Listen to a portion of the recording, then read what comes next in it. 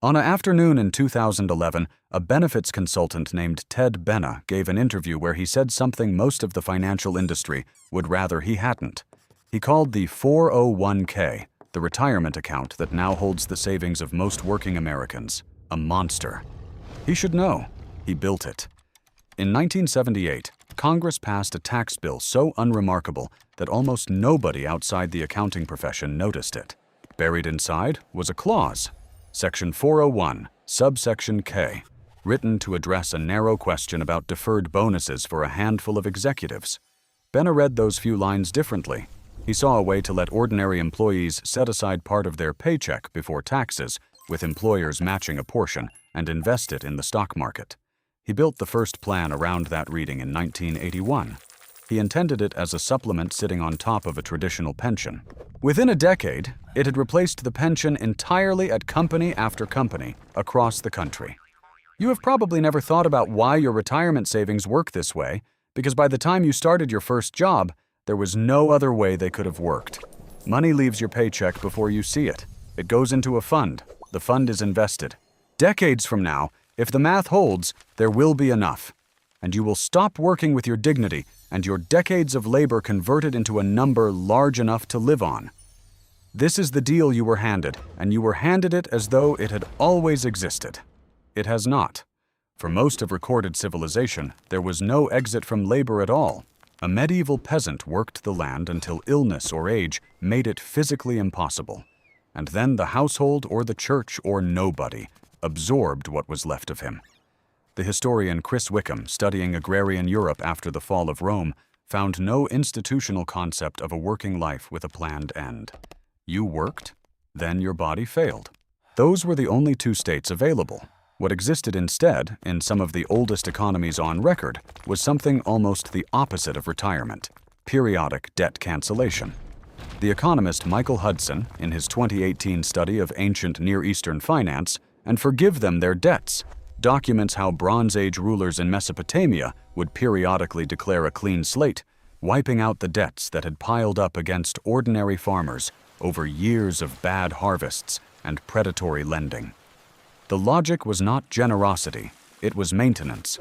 A society where debt only accumulates and never resets eventually has no free labor left to till the fields or fight the wars, so the obligation got reset by decree again and again for centuries. There has never been an equivalent reset for the obligation that funds your retirement. It only renegotiates against you. The first formal pension, introduced by Otto von Bismarck in Germany in 1889, was not built out of concern for elderly workers. The German Social Democratic Party was gaining real political ground inside the country's factories, and Bismarck needed a way to make the state look indispensable to workers without actually conceding power to them. A distant, government-guaranteed promise of income in old age did exactly that. The qualifying age was 70.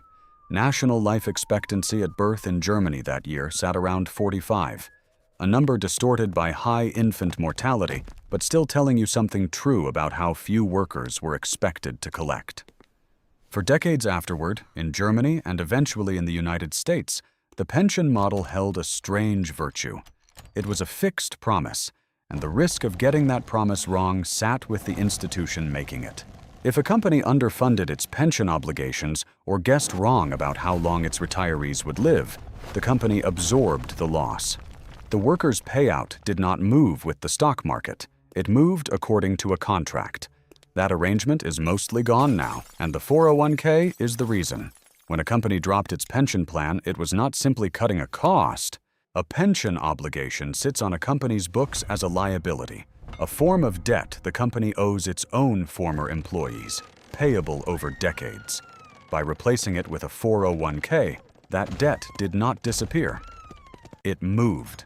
It moved off the corporate balance sheet and onto the personal one, repackaged as something called personal responsibility, so that the worker absorbing it would experience the shift as freedom rather than as a transfer of risk. Here is the part that does not get explained on the enrollment form. An entire financial industry grew up around the accounts that replaced your pension, an industry that barely existed before 1981.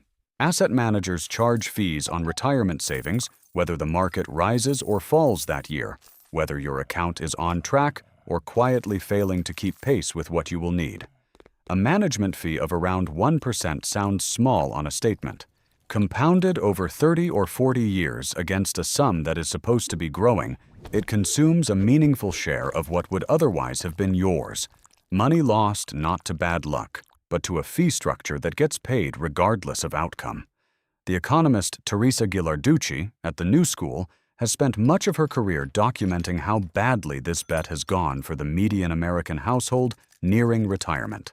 Her research shows account balances that, for most people, fall far short of replacing even half their working income, which is precisely the kind of outcome a system designed around guaranteed fees rather than guaranteed retirement would be expected to produce. So ask the question the old pension model never had to answer. If your retirement depends on investment returns outpacing the broader economy for 4 straight decades, and Thomas Piketty's data on capital returns shows that money has historically grown faster than the economy as a whole, then somebody on the other side of that gap is losing. It is not your fund manager. Their fee gets paid either way. The promise was never retirement. The promise was a retirement-shaped wrapper around a fee structure, and the worker holding the bag was told to call it freedom. Step back from the account statement far enough, and the individual story disappears. This was never about your savings rate or your discipline, or whether you should have invested the money instead of spending it on something smaller. It is an architecture applied to hundreds of millions of people at once that moved an entire category of financial risk off corporate ledgers and onto kitchen tables while keeping the language of personal virtue fully intact so that almost nobody stopped to ask who actually benefited from the move. Bismarck dangled a pension that almost no working German would live to collect, and it kept a generation showing up anyway. A century later, the dangling got more sophisticated. Now it is a number on a screen that updates every time the market moves, close enough to feel real, distant enough to keep you at your desk for one more year, and then another. The leash was never the money. The leash was the waiting. You know something now that you cannot unknow. Most people will close this and go check their account balance one more time, looking for the number that finally feels like enough. A few will go looking for who is actually holding the other end of the leash.